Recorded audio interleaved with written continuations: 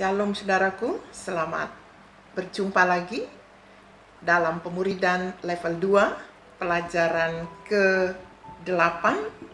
Ini masih bagian dalam persiapan yang ke-2B. Ini halaman 100. Ini agak berat pelajarannya, tapi perlahan-lahan saya akan menjelaskan dan menuntun kita semua.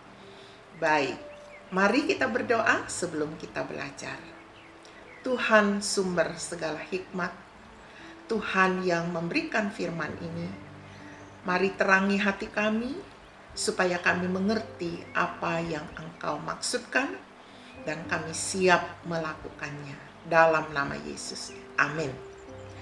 Sebagaimana biasa, kita harus menghafal ayat hafalan kita, Yohanes 13 ayat 34 sampai 35.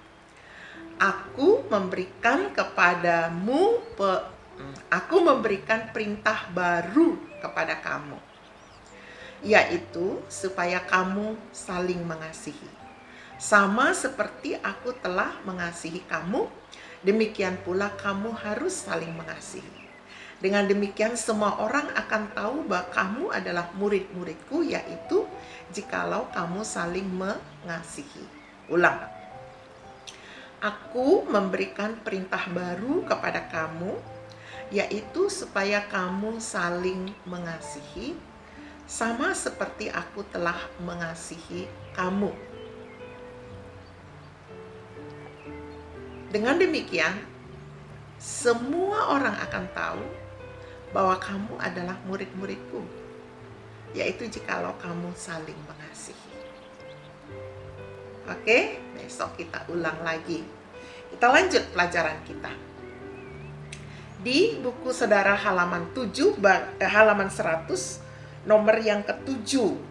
Ya. Nah, diskusikan rencana berikutnya.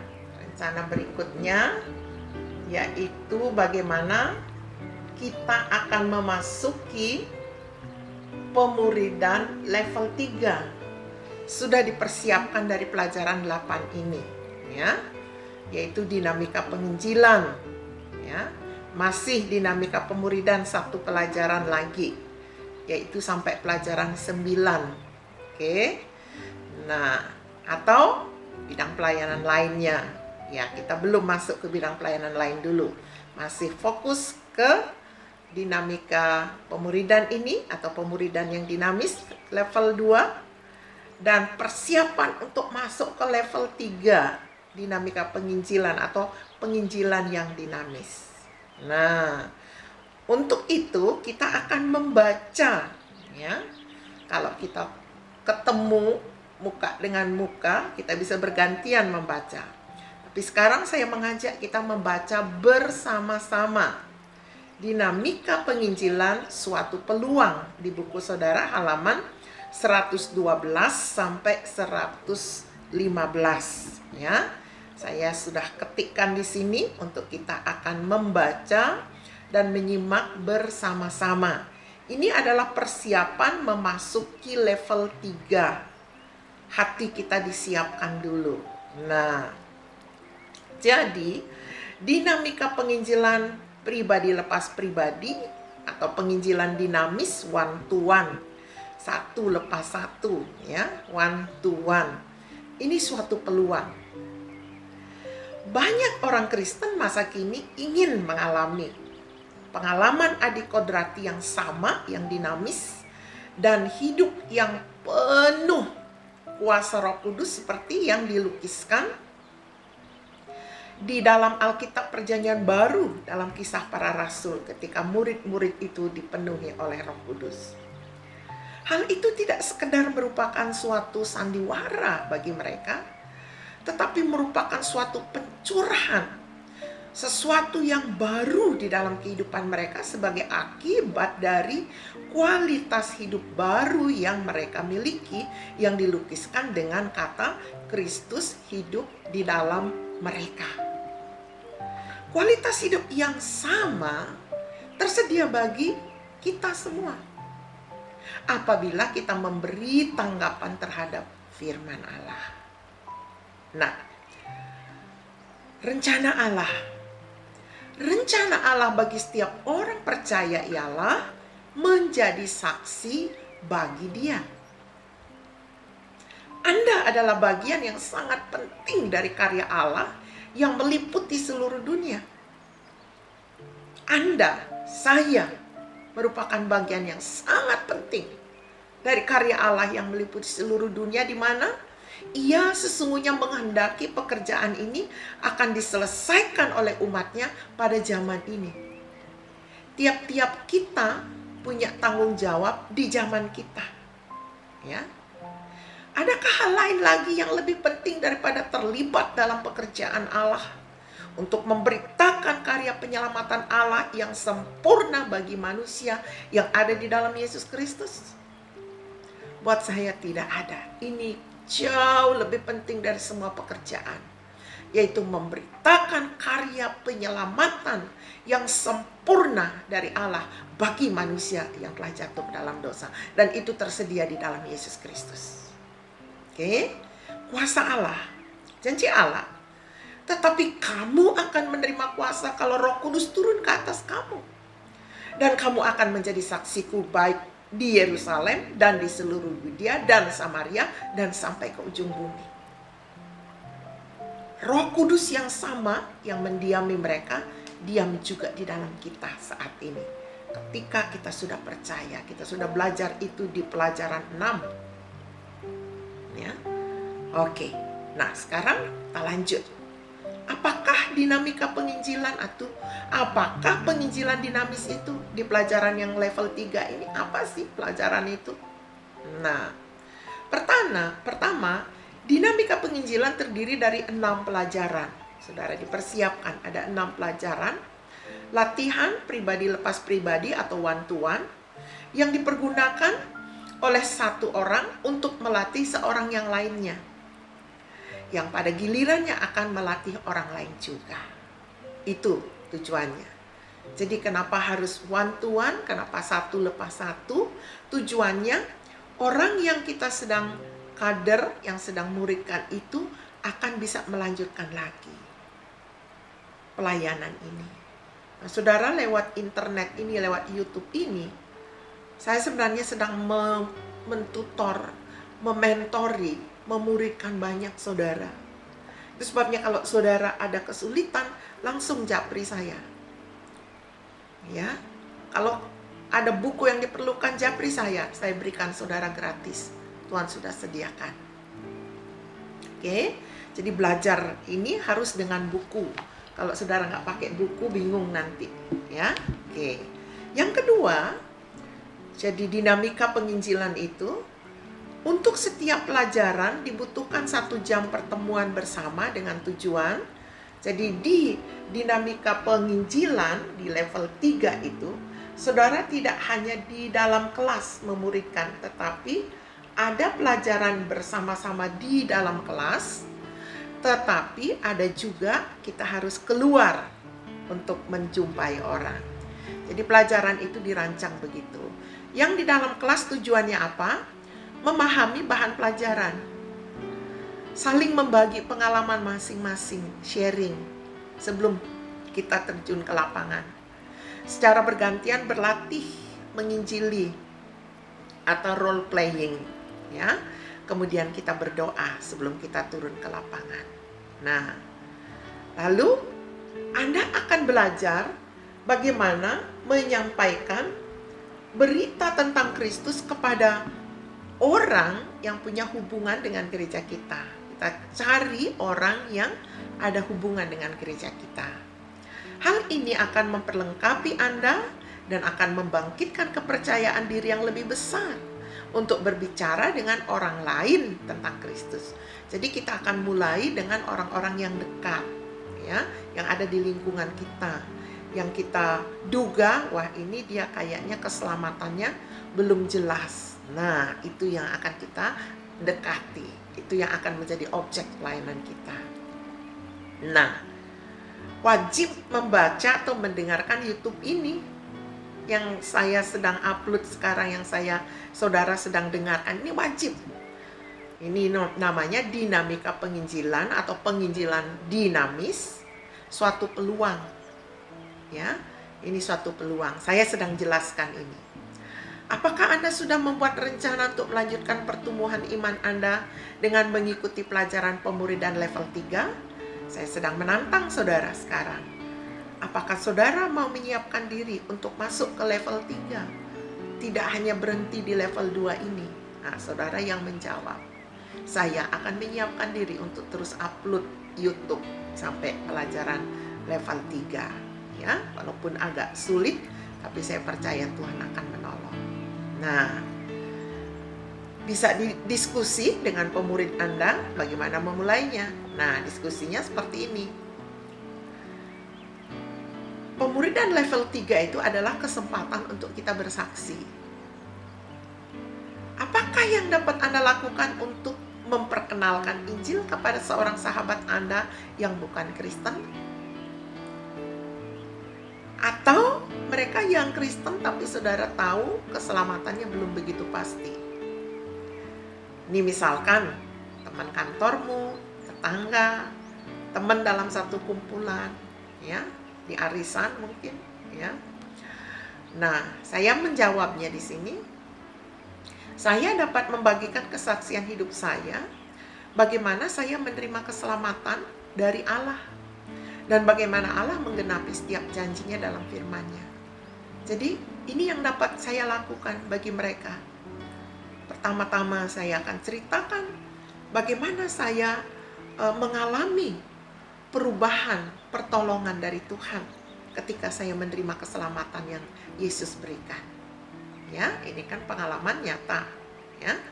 Baik, ini yang bisa saya sampaikan. Saudara juga, saudara kan sudah menulis kesaksian pribadi saudara.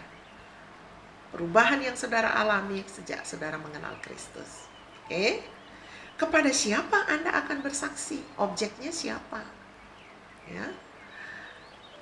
Saya jawab untuk saya rencana bersaksi kepada tenaga kebersihan di lingkungan gereja, di rumah saya, dan juga ada karyawan laundry. Ya, ini menjadi pokok doa saya. Oke. Nah, apakah Anda membutuhkan bantuan? Nah, saudara, di sini wajib kita bawa teman waktu kita sharing kesaksian kita, karena sekaligus melatih teman itu, gitu. Sehingga akan terus ada pelipat gandaan murid. Itu tujuan kita. Jadi bukan hanya kita, tapi teman kita yang kita bawa menyaksikan, kita membagikan kesaksian itu. Saya perlu ada teman, sehingga teman ini kelak nanti bisa juga berbuat itu. Oke, ya, saya sebut di sini saya pasti perlu bantuan teman saya. Saudara juga wajib, ya. Nah, kapan akan saudara lakukan? Kapan akan saya lakukan itu? Saudara harus menjawab. Kalau saya, ketika nanti kita masuk sama-sama dalam pemuridan level 3. Jadi sebagai praktek. Nah, saudara juga akan masuk dalam praktek di level 3. Dari sekarang berdoa, minta kepada Tuhan. Siapa yang kira-kira akan saya injili, yang akan saya jangkau. Oke? Nah, yang berikut itu diskusi kita. Lanjut diskusinya, kesempatan pemuridan. Nah, dalam bidang apakah Anda dapat melibatkan orang Kristen baru? Misalkan dalam pelayanan one-to-one atau pemuridan. Jawabannya adalah setiap orang percaya harus segera dilibatkan ke dalam pelayanan setelah dimuridkan. Jadi pemuridan memegang peranan penting. Ketika mereka sudah diselamatkan, sudah menerima Kristus, mereka harus segera dimuridkan supaya mereka sebentar bisa berfungsi dalam pelayanan. Oke? Baik. Yang berikut, ya, mengapa sangat penting bagi Anda untuk menolong mereka bertumbuh di dalam iman? Mengapa hal ini penting? Kenapa setiap orang yang percaya itu harus dimuridkan? Jawaban saya sangat penting. Sangat amat penting. Sebab mereka itu bagaikan bayi-bayi rohani yang baru lahir. butuh dipelihara, butuh dirawat, butuh diajarkan gaya kehidupan yang baru saja mereka terima ketika mereka menerima Kristus. Itu gaya hidup yang baru. Tugas kitalah yang sudah lebih dewasa ini memuridkan mereka, sehingga mereka akan taat pada ajaran-ajaran Kristus. Nah saudara, inilah yang menjadi beban hati saya sejak saya mengenal kebenaran ini. Dan urut-urutan kita belajar sampai orang menjadi dewasa, itu ada langkah-langkahnya. Sama seperti bayi, cucu saya yang baru lahir perlu perawatan khusus dalam 3 bulan, dimandikan. Mamanya nggak berani mandikan, papanya yang mandikan. Jadi ada leader yang membantu. Sampai ini leader yang berikut siap handling, siap menangani. Ya, sama di dalam kerohanian juga begitu. Kita tidak bekerja sendiri, tapi kita mau melibatkan orang lain. Itu sebabnya ada pemuridan.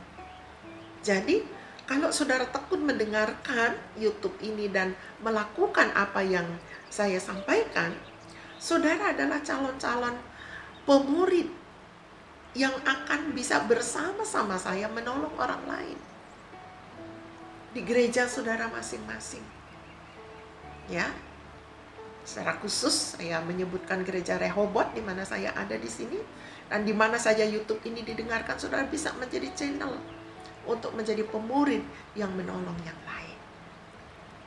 Saudara perlu buku japri saya.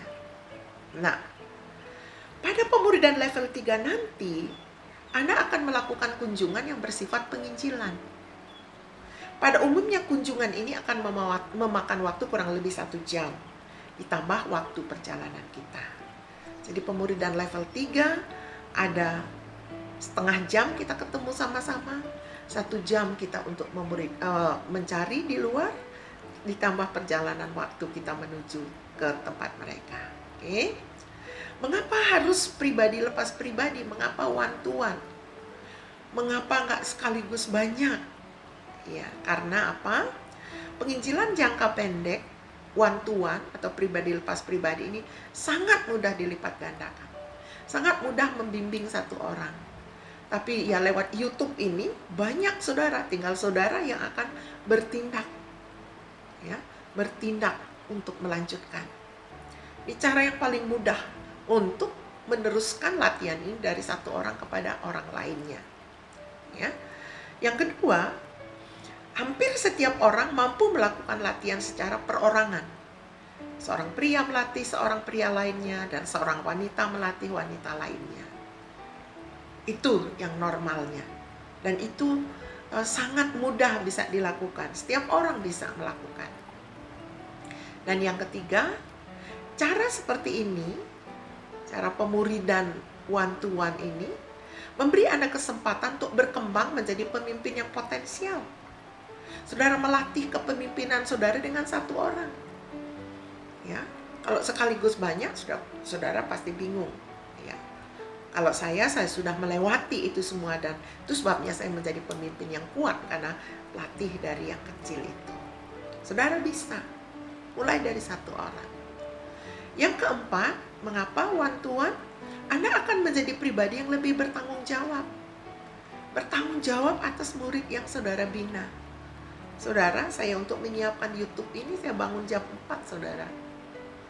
Dari malam saya sudah siapkan. Saya harus ketik ulang.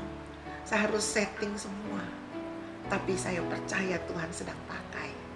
Ya. Cara seperti ini akan menolong Anda menjadi lebih menyerahkan diri dalam ketaatan kepada Kristus. Saya berserah penuh kepada Kristus untuk menjadi berkat bagi banyak orang. Saudara pun bisa. Tolong 1 orang, ya, saudara akan menjadi pemimpin yang berkembang dan menyerahkan diri penuh kepada Kristus. Tidak ada yang mustahil bagi Tuhan. Oke? Nah, sementara ketika saudara memuridkan, saudara menjadi model dalam penginjilan yang efektif. Ketika kita meminta kepada Tuhan, Tuhan, saya mau menyebarkan Injil-Mu, Tuhan pasti merintis jalan bagi kita. Yang keenam, Melalui model seperti ini, Anda akan memperoleh kesempatan untuk mengembangkan hubungan Kristen yang kuat dan luas. Allah mengajar kita untuk membangun hubungan yang kuat dan luas di antara sesama. Jangan menjadi orang yang gak punya hubungan sama sekali di dalam gereja, di dalam masyarakat, di dalam kumpulan. Saudara bukan menjadi orang yang menyendiri, gak boleh. Ya, harus ada persekutuan. Nah, dalam persekutuan itu saudara lihat mana yang perlu ditolong, mana yang perlu dimuridkan, mana yang perlu dijangkau. Oke? Berdasarkan itu kita bisa menjangkau yang lain di luar nanti. Yang ketujuh, model seperti ini memudahkan Anda untuk mengatur jadwal belajar bersama karena hanya melatih satu orang.